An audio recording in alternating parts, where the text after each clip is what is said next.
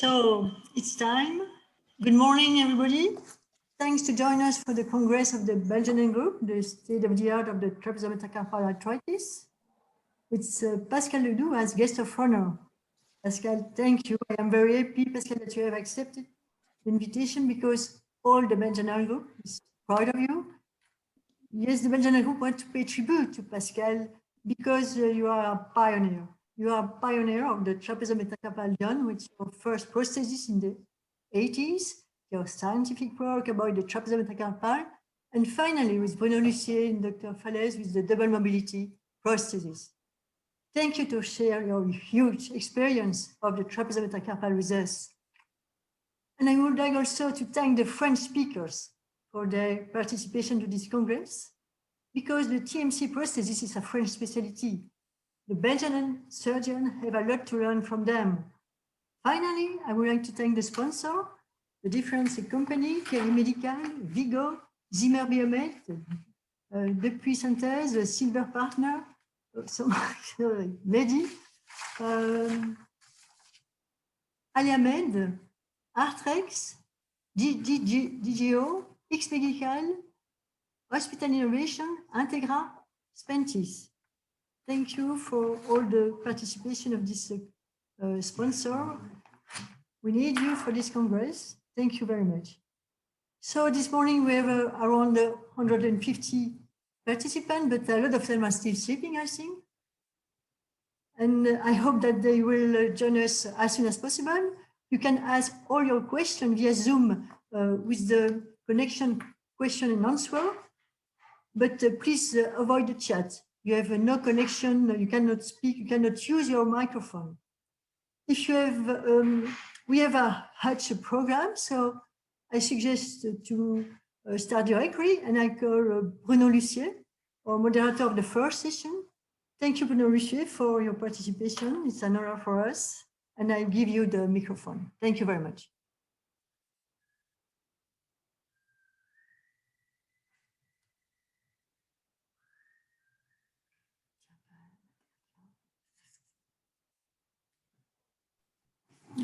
Thank you. I don't know if you see me. You can hear me? We can hear you, but yes, I see you. Okay. Okay, I don't see my picture, but I think you are hearing me. Congratulations and for this wonderful program, and I'm very happy to begin with this first session on the anatomy, the imagery, and the biomechanics of TMCC joint. First one, excuse me because my pronunciation will be rather bad for your name, but I will begin with the TMC joint anatomy with Joris Durens for 8 minutes. Joris, it's up to you.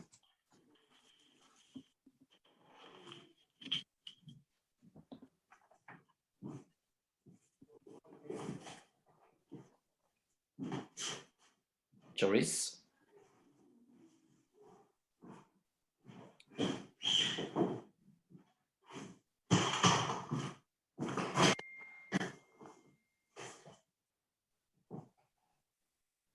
Joris, it's up to you. Okay, Bruno, can you hear me? Yes, I can hear you. That's okay, correct. I can start. Okay. Okay, so I will open the Congress with an overview of the anatomy of the trapeziometacarpal joint. And we will first have a look at some important evolutionary changes, and then we will discuss the anatomy of the joint itself. Here we see the phylogenetic tree of the apes and the hominoidea. It is 7 million years ago that we share our last common ancestor with our closest relatives, and that are the chimpanzees. And we share about 98% of our DNA with them. One of the differences between the apes and the humans can be found in the fact that apes use their hands primarily for power grip, like hanging, and they also use their hands to weight bear and to walk. But humans develop the ability to perform different types of precision grip. These precision grips enabled human species to make bone tools. And the oldest stone tools were found in Tanzania by Jonathan Leakey in 1960. And they were found next to the remains of a human skeleton. And this skeleton was named OH7. And that's an important milestone in the human development. This skeleton is also known under its nickname of Johnny's Child, after the name of its founder. The thumb of this skeleton was also there, and it has the anatomy that looks similar to the thumb of the modern humans. And these findings mark the beginning of the Homo habilis, or the handyman species. To make a stone tool, a specific type of grip is needed. You need a hammerstone, and you have to hold the hammerstone firmly between the 3 radial fingers. And this grip is called the 3-jaw chuck. And this grip enables the hand to withstand the force of hitting, but also on the other side to precisely control the position of the hammerstone. In tests that were performed with pressure-sensitive gloves, it was seen that during the 3-jaw chuck and when stone tool making, most of the pressure is placed on the thumb. So this demonstrates that during our evolution, our human thumb became more important and also became able to perform new hand functions. And simultaneously, the anatomy of the most important finger for this, so the thumb, has also changed. So I will present now the anatomy, the bony anatomy, and the anatomy of the musculotendinous units of the thumb. And then the next speaker will learn us more about the ligaments around the trapezius metacarpal joint.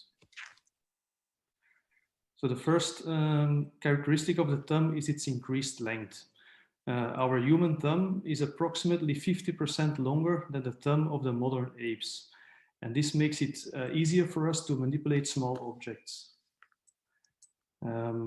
Because the thumb became longer, this also has led to higher loads on the trapezius metacarpal joint. So when we are performing a pinching grip between the thumb and the index finger, there's a gradual increase of the force from the tip of the thumb towards proximal.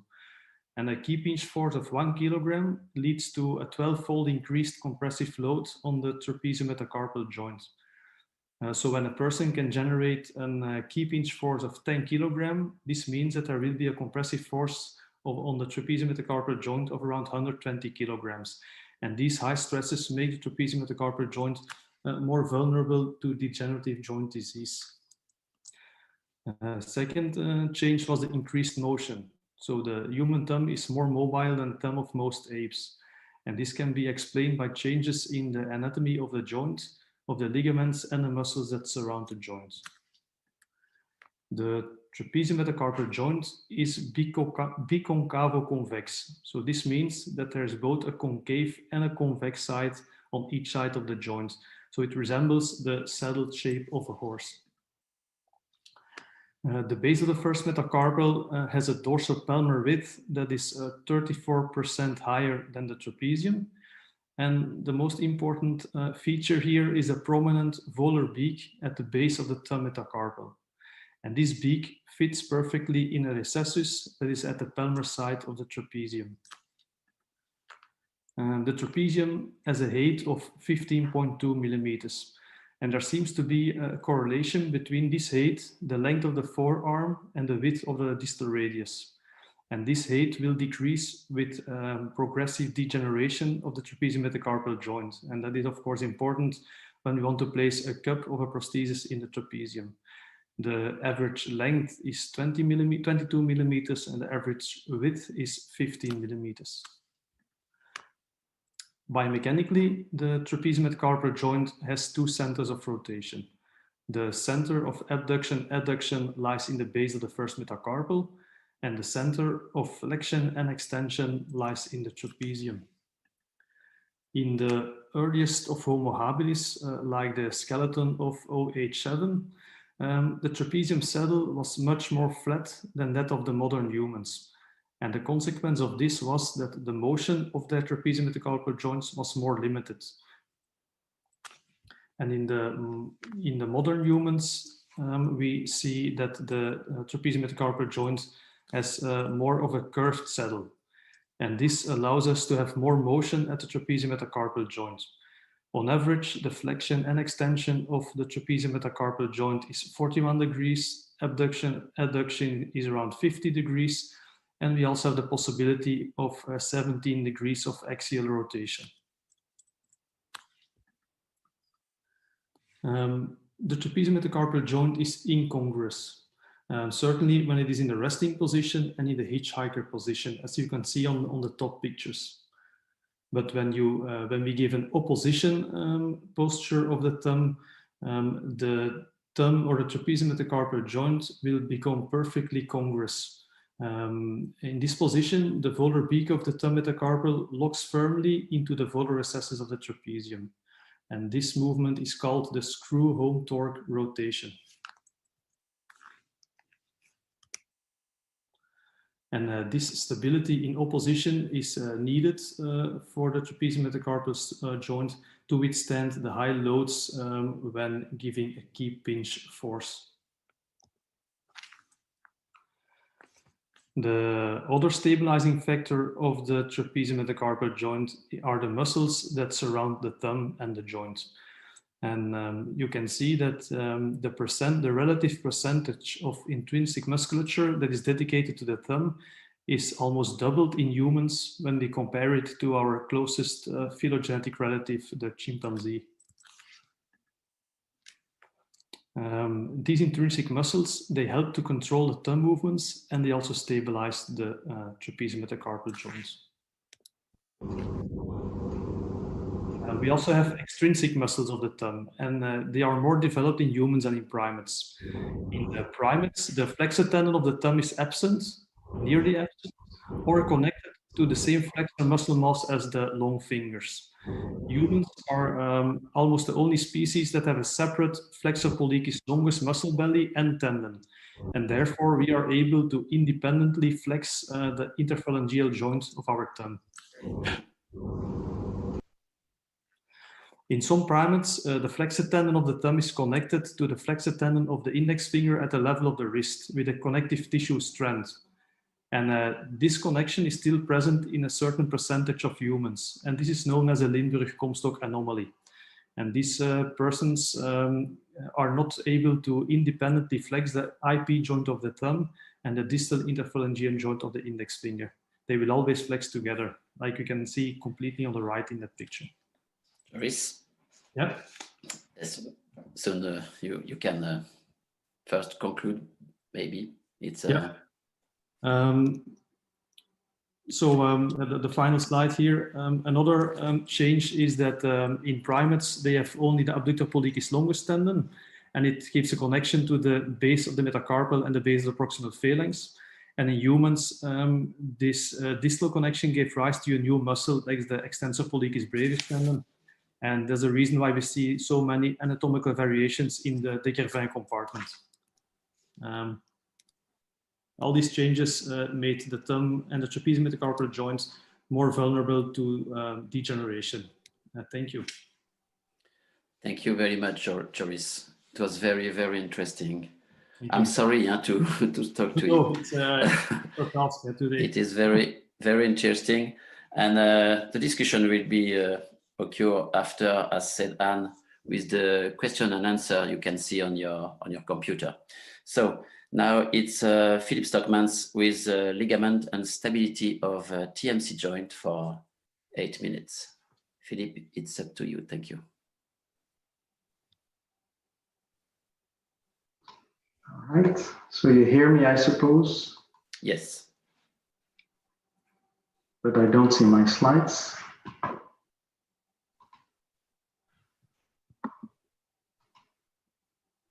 So good morning, everybody. As Joris has mentioned, I will talk more about the ligaments of the trapezius metacarpal joint. So the motion has already been mentioned, and it's abduction, adduction, flexion, extension with that rotation component, which is important to get to this very important motion that we describe as opposition, which is a combination of flexion, abduction, and pronation of your tongue. This paper has been mentioned before. It talks about the lever arm. It was made by Ed Chow at the Mayo Clinic, but I want to stress that it is a in vitro, it's a calculation on paper. And if you have 100 kilograms of force in your TMC joint, if you talk about the prosthesis, it would give you plastic deformation of your polyethylene. So there is a lot of increased force throughout the column, but it cannot be a 10-fold increase. We have tried to do this in the lab and we don't get to that same number if we load the muscles. So there is an increase, but it's not going to be of that magnitude. The joint is not very stable from itself. It's not a ball and socket, and by its configuration as a saddle joint, it needs a lot of stabilizers, secondary stabilizers. And there are 16 ligaments described on it for intrinsic muscles and for extrinsic muscles. So those are the secondary stabilizers that not only move the joint, but also keep it in good shape, or are supposed to keep it in good shape. And from the very first beginning, everybody has been focusing on the dorsal and the volar ligaments. And here you see a picture that we will discuss a little later. From the very first beginning, everybody has focused on it. So how do we get to these concepts? First of all, we're doing dissections on cadavers, and we are looking at the ligaments, and we are describing them and giving them a name. And then we are also looking at the clinic, and we look at clinical problems. And if you look at extra and intra articular fractures, you always get the dorsal subluxation, and also in osteoarthritis, you get the dorsal subluxation. So we bring the one and one together, and then we make what I call a conceptualized truth. We make an idea of how things are going to happen. And the people who have been responsible for that are Bill Littler and Richard Eaton. In their landmark paper in JBJS, they talked about the CMC joint as a frequently arthritic joint, more in females than in males, which we still don't understand why females are more affected. And it starts with laxity and instability, and it can be post-traumatic, as shown in the pictures before, inflammatory, and that was the time of rheumatoid arthritis, but the vast majority is idiopathic with osteoarthritis. And something which is important, the secondary motion, the rotation in the metacarpal, that leads to tightening of the joint capsule, and that stabilizes the joint. And then they start to think about how this mechanism would take place. And very early on, they decided that the volar beak ligament was the most important ligament, and also the reconstruction that they proposed in this paper is focusing on reconstructing this volar beak ligament, and it will be addressed later on during the talks. They said the dorsal ligament was a weakly expansion, which was sitting next to the insertion of the abductor pollicis longus tendon. So people said, well, if this is the concept, we should go to the biomechanics lab and test if this is true. So Vince Pellegrini of the arthroplasty did detachment of the volar beak ligament and put pressure filament inside of the joint. And they said, well, if you do that, you will get the dorsal subluxation. You will see that the pressure is shifting dorsally. And in end-stage osteoarthritic specimens, they saw exactly the same thing, of course. So about 5 years later, Paul Bettinger went into the lab and dissected all of these ligaments and gave the name also to the 16 ligaments that I've mentioned before. And the anterior oblique and the dorsal-radial ligament play an important role, and they took that from Eaton's paper and Littler's paper. So they described the anterior oblique ligament in two layers, basically, and the DOL was responsible for playing the pivot point in the pronation of the metacarpal, and it prevents the ulnar subluxation in radial rotation and the palmar adduction. Basically, it holds that base during that movement, so it's not falling off the trapezial point.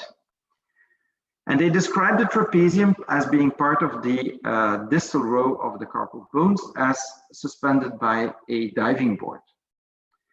The diving board suspension of the trapezium makes it susceptible to loosening, to weakening. And basically, the load is on the dorsal-radial direction. So the metacarpal will fall off in also that direction if the structures become incompetent. And this is what is described as the loosening of the intermetacarpal ligament. The trapezium is going to go into a extension, and the secondary metacarpal is going to fall off as a secondary result of that loosening of the trapezium that goes into extension. And the next step is the metacarpal tip is going to fall down. And this is all very nice, but if you go into the lab and you do the biomechanics of these ligaments, and they did a very thorough work on that, and you looked at the stiffness and toughness of the ligament, what you see is that the results are not what you expect. Basically, what you see here is that the dorsal ligament is always the strongest and is much stronger compared to the anterior oblique ligament, and there are no sex differences. So how can we fit this into the concept that they have described before? Because the general idea in anatomy is that form follows function. So which ligament needs to be torn in acute thumb dislocation? Because Mel Rosenwasser in Columbia in New York had seen a few patients with acute dislocations of the thumb, and they saw that the dorsal ligament was torn, and that repair of the dorsal ligament was enough to reconstruct the stability. So they went into a serial section experiment of the ligaments, and basically what they did, they measured the percentage of dorsal subluxation in this type of setup in the lab. One ligament cut, all others intact, or one ligament intact, all the other ligaments cut. And what you see is that if you have one ligament sectioned, the dorsal radial ligament is going to give you the most instability. If you keep only one ligament, the dorsal radial ligament is going to give you the most stability. So it's clear that the dorsal radial ligament plays a very important role in stabilizing this joint. And in the PhD work of Priscilla in our lab, we looked at the dorsal complex compared to the volar complex. And we looked also at toughness, but also at hysteresis. And this is a translucent picture, and you see the DRL is much tougher than the AOL. And if you look at the toughness, you see that the DRL is significantly stronger. And it also has a higher hysteresis, which means that it can store more energy into the ligament and can absorb more energy. So it means that the biomechanics of the DRL are more important. And this brings us to the Ollie Edmonds concept that has been mentioned by Joris before. It's a screw home torque mechanism. And basically, it means that in prehension, the volar beak is locking under the trapezium. And at that moment, you see tightening of the dorsal ligament. Once this hook is looked under the trapezium, the dorsal ligament is going to tighten up. And this is giving the screw mechanism that is stabilizing the joint. So if that mechanism of locking underneath the trapezium is gone, basically you see a subluxation of the joint. And you can compare it basically with an Amazon sitting in an Amazon saddle. And basically, this is the volar beak, and this is, of course, also where the anterior oblique ligament is. And this is why the concept of Eden and Littler is not that much different from the concept of Ollie Edmonds. It's only the structure which is different. It's the volar beak, and it's not the volar ligament. This also means that you have a point of rotation. This is also an explanation why a ball and socket joint is going to be not such a bad idea or a stupid idea if you want to do a total joint reconstruction. Philippe? And this is my conclusion.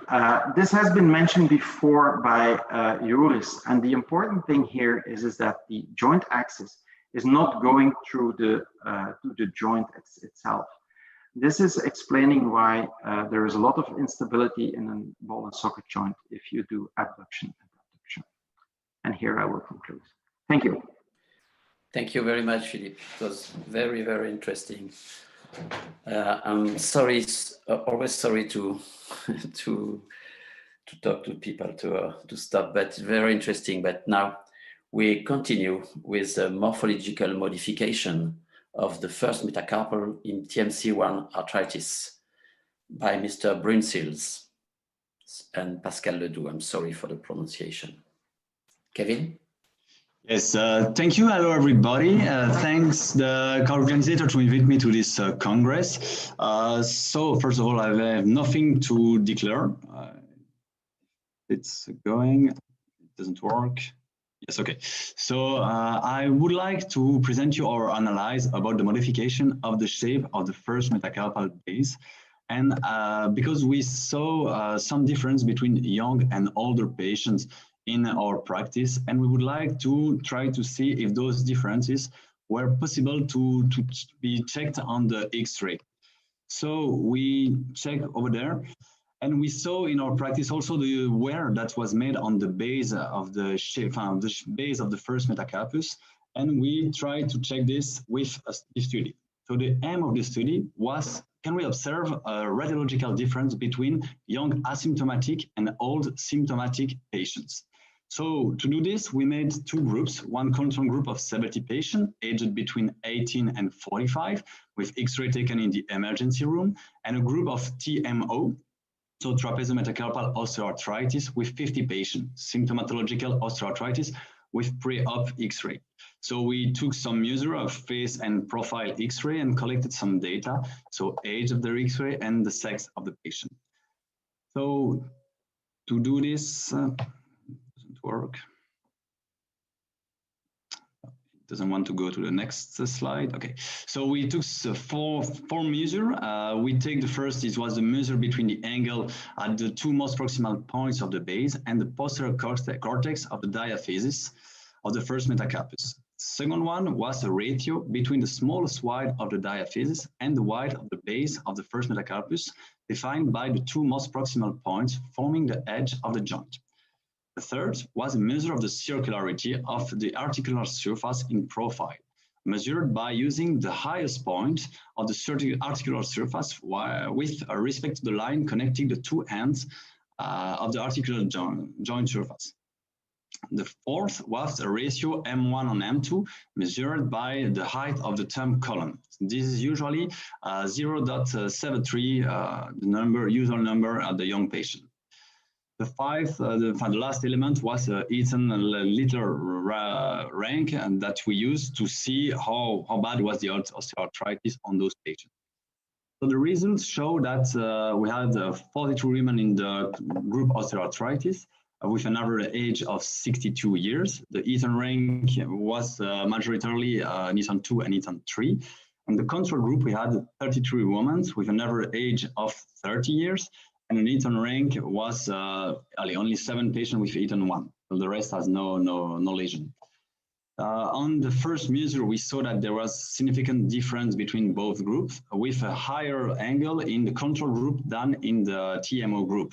It's the same for the woman between both groups and the men between both groups.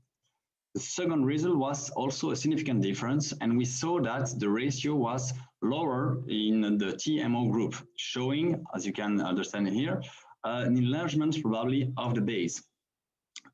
The third element was the circularity. So to understand what is the circularity, is the closer this number is to 1, the smaller the radius of curvature will be. And a number close to 0 will have a very large radius of curvature. A number equal to 0 will mean that all the points are on the same line.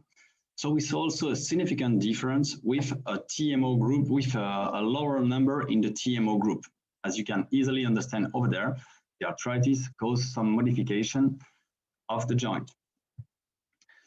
So the fourth element was the ratio M1 on M2. There is also a decrease in this ratio with a diminution of the height of the column of the thumb, showing the TMO group. This number is the same for the woman and for the man. So we saw also that there is a correlation between the Eaton rank and all those measures. So the measure of the angle A is this angle is smaller with a high Eaton rank. The ratio diaphysis on base is smaller with a high Eaton rank. We saw also that circularity is going near to something flat with a high Eaton rank, and the ratio M1 on M2 is also decreasing with a high Eaton rank. We also made the correlation between this angle A and all the three measures, and we saw that there was also a correlation. So we could say that the trapeziometacarpal osteoarthritis would lead to a decrease in the angle between the base and the diaphysis of the first metacarpus by a progressive wear of the beak. This wear would bring to a decrease in the height of the thumb column, an enlargement of the base of the first metacarpus by osteophyte remodeling, and a decrease in circularity by erasing the anterior beak. So why is there a widening of the base? We could suppose that as the same in other joints, like in the internal tibial plateau during the varus deformation, by example, there is an osteoarthritic rearrangement causing an osteophytic apposition. The high bone density observed in the dorsal and radial quadrant could reflect this bone impaction. Another possibility would be a decrease in diameter of the diaphysis with time, but it's an unlikely element because since osteoporosis lead to a decrease in cortical thickness and in reaction an increase in diameter as shown before in the literature. So why is there a decrease in the height of the thumb column between the two groups? The fall in the ratio M1 on M2 has several possible causes. The dorsal and radial subluxation of the base of the first metacarpal, as shown before, loss of the trapeze height, the disappearance of the cartilaginous surface, and all these measures have been, this measure of ratio M1 and M2 has already been showed before as useful in practice, as shown by Pascal Ledoux. So in conclusion, I would say that this is a retrospective study on two groups of patients. The angle measurement, the circularity, and the base diaphysis ratio are not described in the literature for the moment. This is a measurable measurement on standard X-ray and showing a significant difference. It's easy because you don't need any range, any precise measure because it's only angle. The patients suffering from a clinical TMO have an erasing of the first metacarpal beak associated with a decrease in circularity, a loss of height of the column of the thumb, and an enlargement of the base. So this is only a preliminary study that opens the door to a wider study, including older asymptomatic patients, to see if we can confirm those differences. I thank you. Thank you very much, Kevin. Wonderful communication also. Thank you very much. Now, Mr. Most, for the relevance of the radiology in the evaluation of the degenerative trapeziometacarpal osteoarthritis. Mr. Most. Good morning, everyone. Good morning, Eric. It's up to you. Thank you for the invitation. We all have patients who are very symptomatic, but have poor radiological imaging. And our question is, preoperative radiographies do not allow to reflect the macroscopic aspect of the joint of the base of the thumb. So from June 12 to March 14, we took 94 consecutive articular surface of the first metacarpal base during trapeziometacarpal arthroplasty. The pieces were directed and photographed in a plane with the gradual ladder, and we used the image tool software to do our measurement. Measure the total surface of the articular surface. The articular surface totally deprived by cartilage or subchondral bone. The ratio was calculated. Then we measure the total height of the first metacarpal base and the height of the subchondral bone and the ratio between both. We measure to the width of the metacarpal base to the determination of square base and triangular base. Then we send 10 pieces to the anatomopathology department for microscopic examination. On the X-ray, for each patient with the preoperative X-ray, we measure the subluxation rate on both incidents. We use the Dell classification, and we apply a comparison test and correlation test. For the pieces were examined for general population and according to gender. We found only a difference for the total surface of cartilage, the total height of the basal thumb.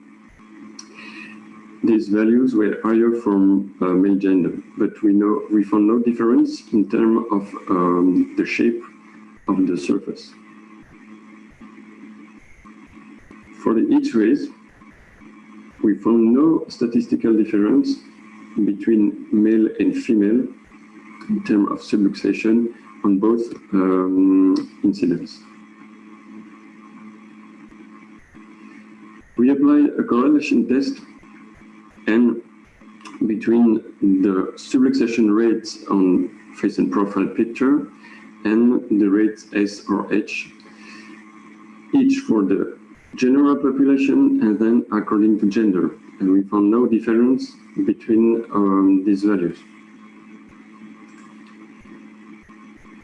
According to the shape of the surface, we found a threshold value of 1.3. We found 4 C1 square pieces and 53 triangular pieces. When we apply a comparison test, there is no difference in the shape of the base of the thumb according to gender, and no difference for the ratio S and H. When we compare the shape of the articular surface and the X-ray, we observe a higher rate of subluxation on profile only for the triangular surface, but no difference on the face X-ray. When we apply a correlation test, there is no correlation between the shape of the articular surface and the ratio S and H. When we compare to the Dale classification, we found no difference in terms of comparison for all the measures we done, but Dale 1 and Dale 4 stage were too small to conclude. When we apply a correlation test between the measurement and the Dale classification, we found no correlation between the ratio of subluxation on X-ray and the ratio for the surface and the height of the articular surface. The same is observed for Dale 3. For Dale 4, we observe an inverse correlation between the rate of subluxation on profile and the ratio for the surface, but we had only 5 specimens in this sample. So, in conclusion, we found that there is a lack of correlation between macroscopic aspect of the articular surface and the radiological subluxation rate of the trapeziometacarpal articulation. Interestingly, between stage 2 and stage 3 of the Dale classification, the articular surface of subchondral bone is substantially identical. So, for us, preoperative X-ray does not correlate with the degree of degenerative rhizastrosis. And we found generally show a greater degenerative osteoarthritis than expected on the X-ray. So surgical indication must not exclusively rely on preoperative X-rays. Thank you very much, Eric. Thank you so much. I would like to say again that as Anne has said at the beginning, you may ask your question by pushing on the button question and answer on your computer, and we will try to respond to all the questions at the end of this session. Thank you, Eric. Now I'm calling Jacques Tessier for a radiological classification of CMC arthritis for the surgeons. Jacques, it's up to you. Oui, bonjour Bruno, bonjour chers amis. Je m'excuse de devoir vous présenter cette communication en anglais, mais en français, pardon, mais Je n'ai pas eu le temps de la préparer en anglais compte tenu de la conjoncture que j'ai expliquée hier à votre présidente Anne Lejeune. Alors, je m'excuse auprès de nos amis anglophones, mais ces diapositives sont suffisamment claires pour la compréhension de ce que je voudrais vous exposer, à savoir cette classification anatomo-radiologique de la rhizarthrose à destination de nous, les chirurgiens.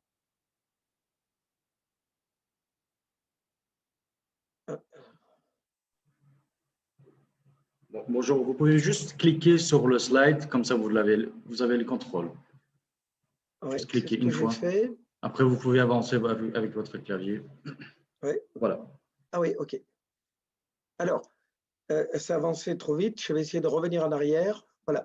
Donc, la rhizarthrose ou arthrose de la racine du pouce a été décrite il y a fort longtemps par Forestier, qui s'est intéressé essentiellement à la trapézo-métacarpienne. Et puis, on a vu 30 ans après apparaître ce concept d'arthrose péritrapézienne, et notamment du fait que dans à peu près 50% des cas, lorsqu'on avait une arthrose trapézo-métacarpienne, on avait également une arthrose de la STT.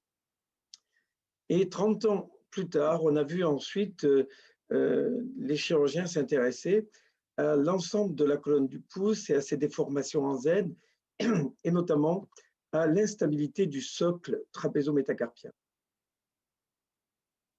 Alors, dans les indications de la rhizarthrose, comme cela vient d'être dit, l'indication chirurgicale est liée à la clinique. C'est avant tout la demande de nos patients liée aux douleurs, à la déformation, à la gêne fonctionnelle, voire à la gêne esthétique, qui fait porter une indication chirurgicale. Secondairement, ensuite, les modalités chirurgicales vont dépendre du statut anatomo-radiologique de la colonne du pouce au niveau de la STT, de la trapézo-métacarpienne, mais aussi de la métacarpophalangienne. Alors, les classifications que nous connaissons tous de la littérature sont évidemment incontournables, mais difficiles pour nous chirurgiens quant à formaliser notre indication chirurgicale. Mais ces classifications sont critiquables, bien entendu.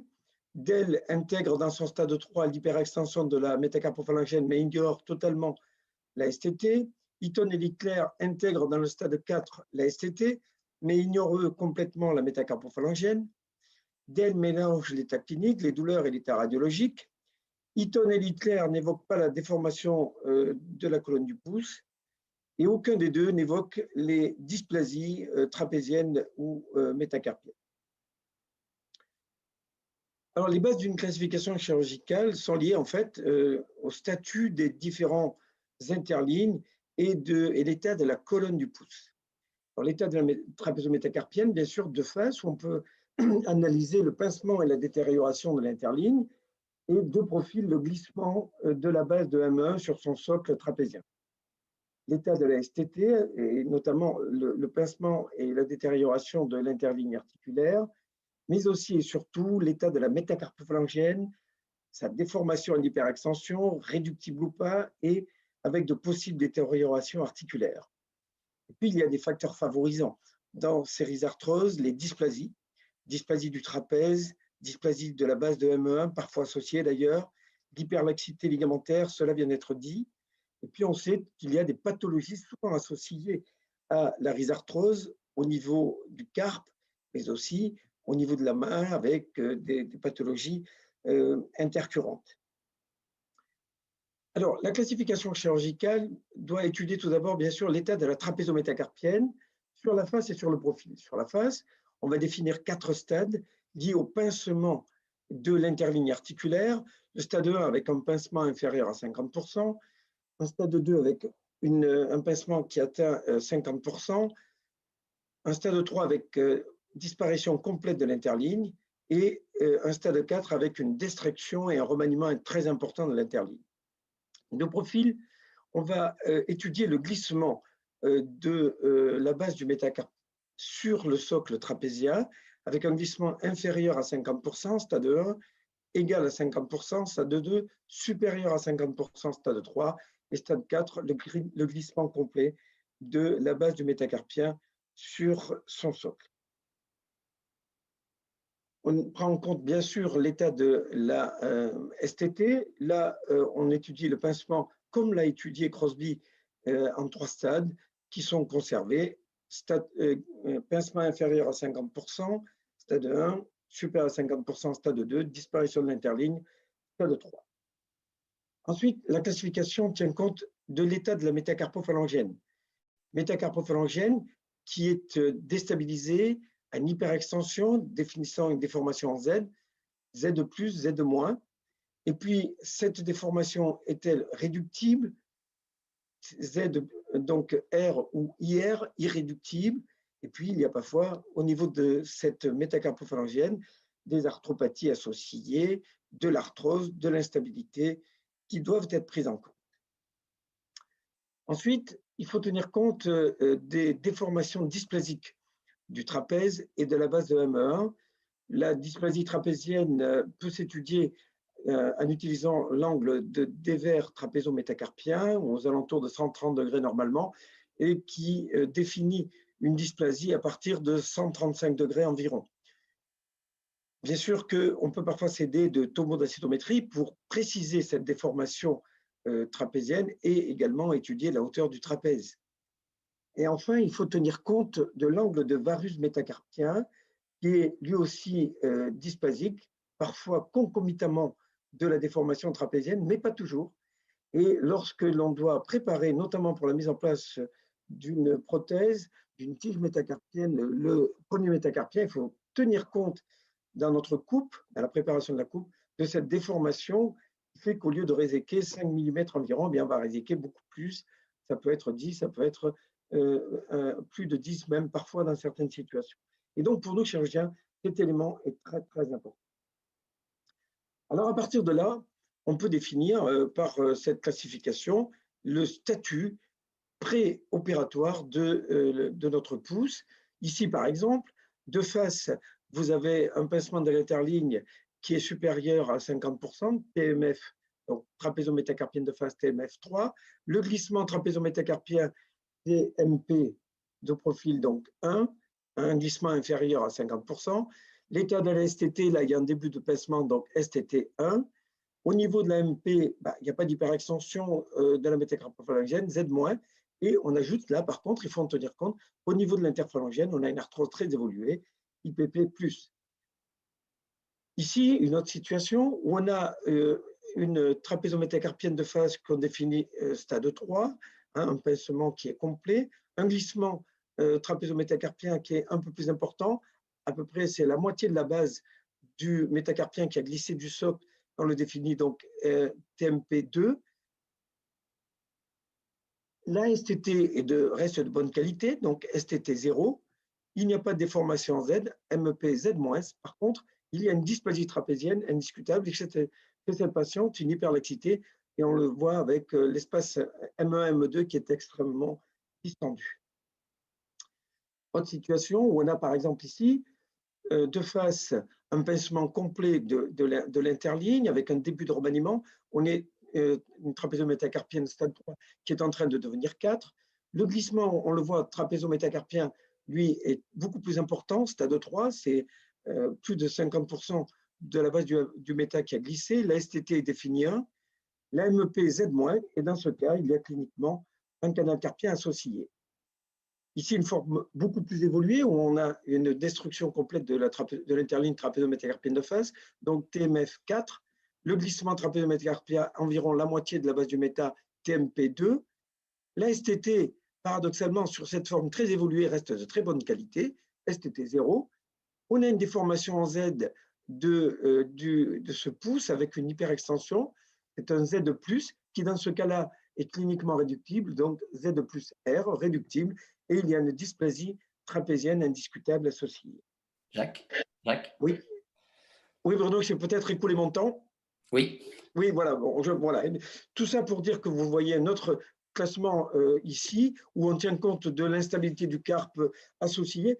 Tout ça pour dire que c'est en fait une classification pratique, voilà, qui est essentiellement destinée des chirurgiens et que j'utilise depuis une dizaine d'années, qui avait été initiée à Montpellier par Yves Vallieu et que franchement, nous utilisons avec beaucoup d'intérêt. C'est pour ça que j'avais plaisir à vous la présenter ce matin. Thank you very much, Jacques. Merci beaucoup. C'était vraiment très intéressant. Et I'll say again, ask your question for the end of the session. Now, it's Pascal Ledoux for the biomechanics of the thumb, MP hyperextension in TMC arthritis. Pascal, it's up to you for 8 minutes. Thank you, Bruno, and thank you very much to Anne Lejeune and the Belgian and group. I start my video. So thank you very much for Anne Lejeune and the Belgian and group for making me the guest honor of this Congress.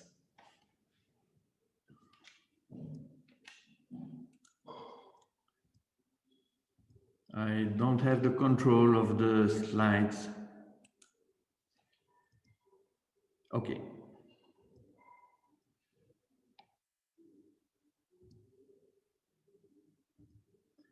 So some concepts dating back 20 or 30 years are accepted as such and not always validated.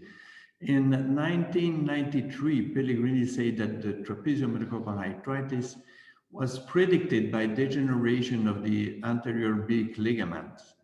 And this statement is repeated by Mel 25 years later. Trapeziometacarpal affects the statics and the dynamics of the thumb current. Trapeziometacarpal will gradually affect the MP, IP, and sometimes STT joints. To understand the mechanism, it's necessary to study the way in which digital policy gripping is done. During a key pinch, for the thumb to be in balance, the sum of moments must be equal to 0. It's therefore necessary that the muscular moments cancel out the dorsal moments generated by the key pinch. So for a 50 Newton key pinch, at the IP joint, the force developed by the flexor pollicis longus must be 143 Newton, and at the MP level, the force developed by the tenar muscles will be 200 Newton, depending on the length of the different lever arms. And so the length of the thumb is important for thumb function. We studied the M1-M2 ratio, and we can see that this ratio is decreased in CMC1 nitritis. And you can see too that when you place a prosthesis, the ratio is normal, comparing with the control group. The shortening of the thumb is due to, first, the trapeziometacarpal joint space narrowing, but it's little participation, the loss of height of the trapezium, the erasure of the M1 anterior beak, and the external subluxation of the base of the first metacarpal. The erasure of the M1 anterior beak can be important and make a great shortening of the thumb. And this implies that the anterior volar ligament that is inserted on a fairly large surface at the base of the first metacarpal will show an excess of length. And so it is not a ligamentous distension as suggested by Pellegrini. MP hyperextension is very common in trapeziometacarpal arthritis. There are different types of metacarpal heads in lateral view, from flat above and to circular below. We can quantify the circularity of the head by the ratio between the diameter of the head and the radius of the dorsal half of the head. 0.5 means perfect circularity, while 0 means a flat head. In a group of 101 trapeziometacarpal arthritis, we calculated the ratio RD.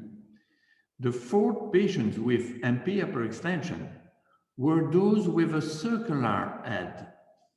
You have RD ratio 0.44. And though the 61 without MP hyperextension had a flat head. In the group of patients with MP hyperextension, there was a significant shortening of the thumb. And if we take the patients with a circular head, those without MP hyperextension have an average M1, M2 ratio of 0.74, which is a normal value. Patients with MP hyperextension have a very reduced average M1, M2 ratio. So the combination of a shortened thumb and a first metacarpal circular head leads to an MP hyperextension. The decreased M1, M2 ratio means the shortening of the thumb, and therefore a distension of the tenar muscles and a decrease in the strength that they can develop. And to restore the equilibrium of the thumb, the force developed by the flexor pollicis longus will have to increase. And then the IP moment will be overcompensated, which will lead to an IP flexion and a change in the direction of transmission of force from P2 to P1. And if the head of the M1 is circular, there will be a tendency to MP hyperextension. And this will modify the direction of force transmission on the M1 head and accentuates both the trapeziometacarpal flexion and the external trapeziometacarpal subluxation, with the consequence of a new decrease in the length of the thumb and the introduction of a vicious circle that results in Z deformity. You can see that only the correction of the length of the thumb is enough to correct MP hyperextension. And clinically, the Z deformity is corrected by restoring the length of the thumb. So a circular metacarpal head in lateral view is, in our opinion, an absolute contraindication to the realization of a trapezectomy because it shortens the thumb and causes a progressive imbalance in the thumb column. I thank you very much. Thank you very much, Pascal. Very interesting communication, as usual. And now the last communication. Do trapeziometacarpal prosthesis provide better metacarpophalangeal stability than trapeziectomy and ligamentoplasty? By Mr. De Georges, Dagneau, Lazerge, Coulet, and Michael Chamas. Benjamin, it's up to you. Dear colleague, thank you for agreeing my presentation. I can't pass with the slide. Okay. So trapeziometacarpal joint osteoarthritis affect more than 50% of women over 60 years old and evaluate naturally to posterolateral subluxation and closure of the first web. The metacarpophalangeal hyperextension is directly related to a shortening of the thumb height, as we saw previously, and seems to adversely affect the clinical final results.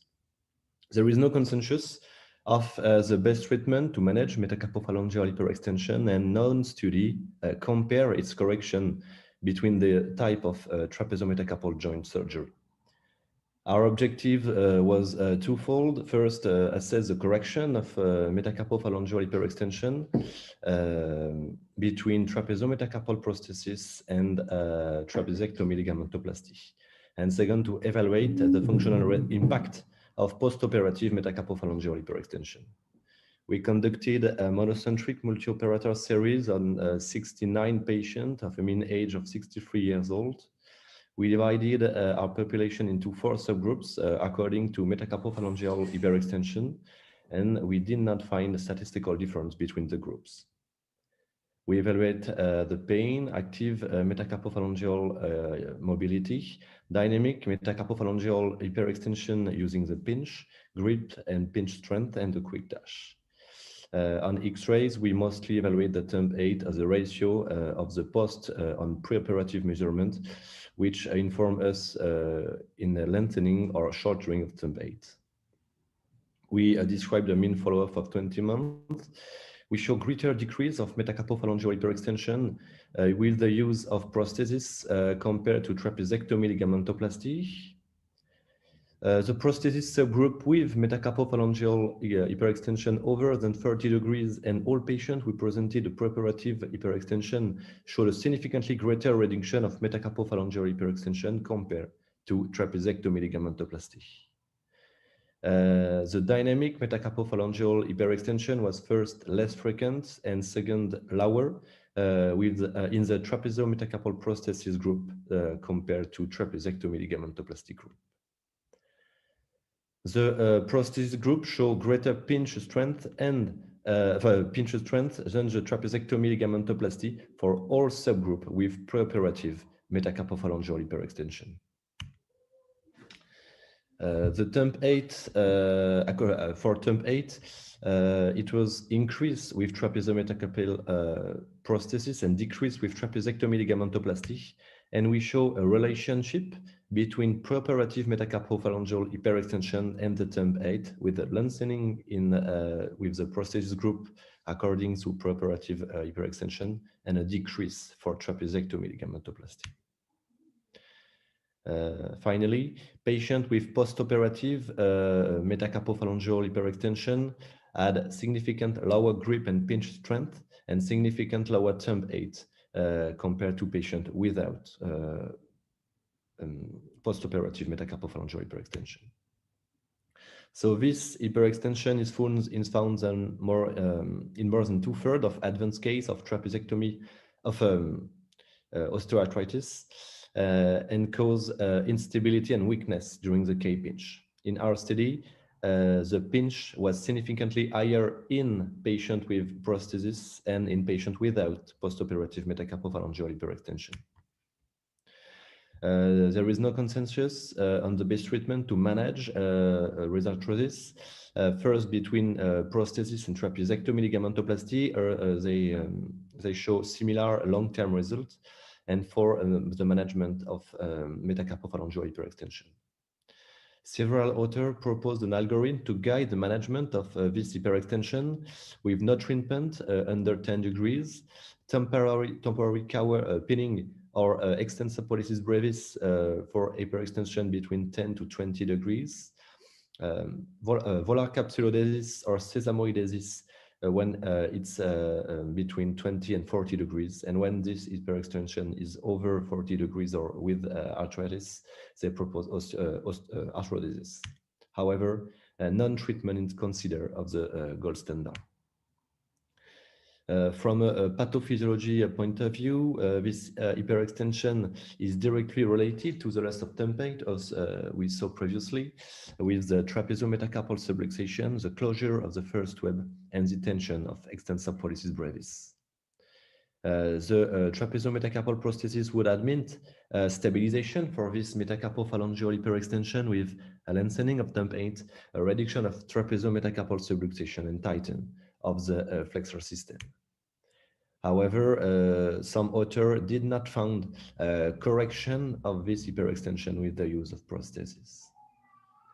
In our study, the trapezometacarpal prosthesis first shows significant better stabilization of postoperative metacarpophalangeal hyperextension compared to trapezectomy ligamentoplasty, show a lengthening of thumb 8 with increase of preoperative MP hyperextension, and we show a relationship between postoperative metacarpophalangeal hyperextension and thumb 8.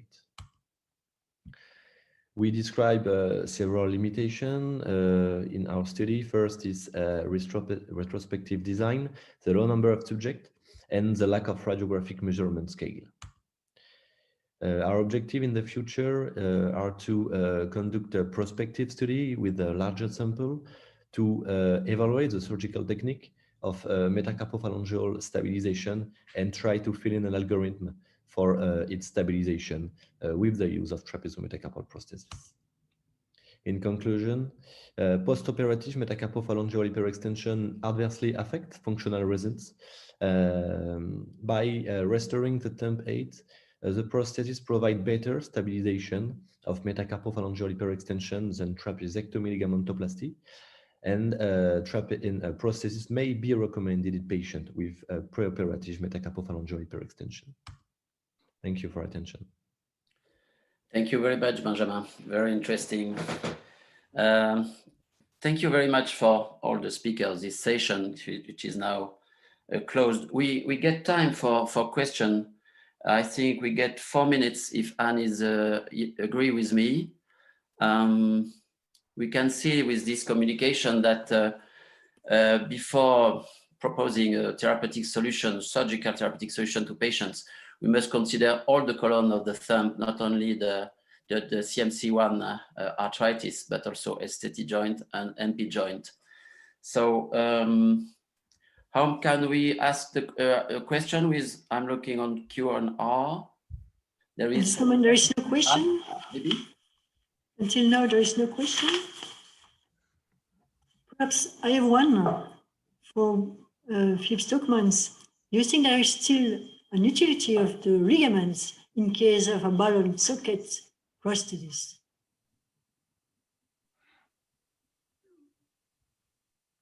Your microphone. Can you repeat, because I didn't get the point? Are the ligaments still useful in a ball and socket prosthesis? I think ligaments are dangerous in a ball and socket because you change the biomechanics. So I've always taken the viewpoint that if you change the biomechanics, you should remove the secondary stabilizers, the tetherers. And if you keep the ligaments, you risk that they will help you. You get a cam-like effect, and they will help you to make it unstable. So I take down all of the ligaments, and I think yours is presenting something on that subject. Thank you. Thank you, Philippe. We have a question from Nadine Olvoet. What is the best position for MCP joint fusion? Maybe Benjamin? Yes. Well, the best position is to assess a contact between the thumb and the second finger. So in Montpellier, we use sorry for the words.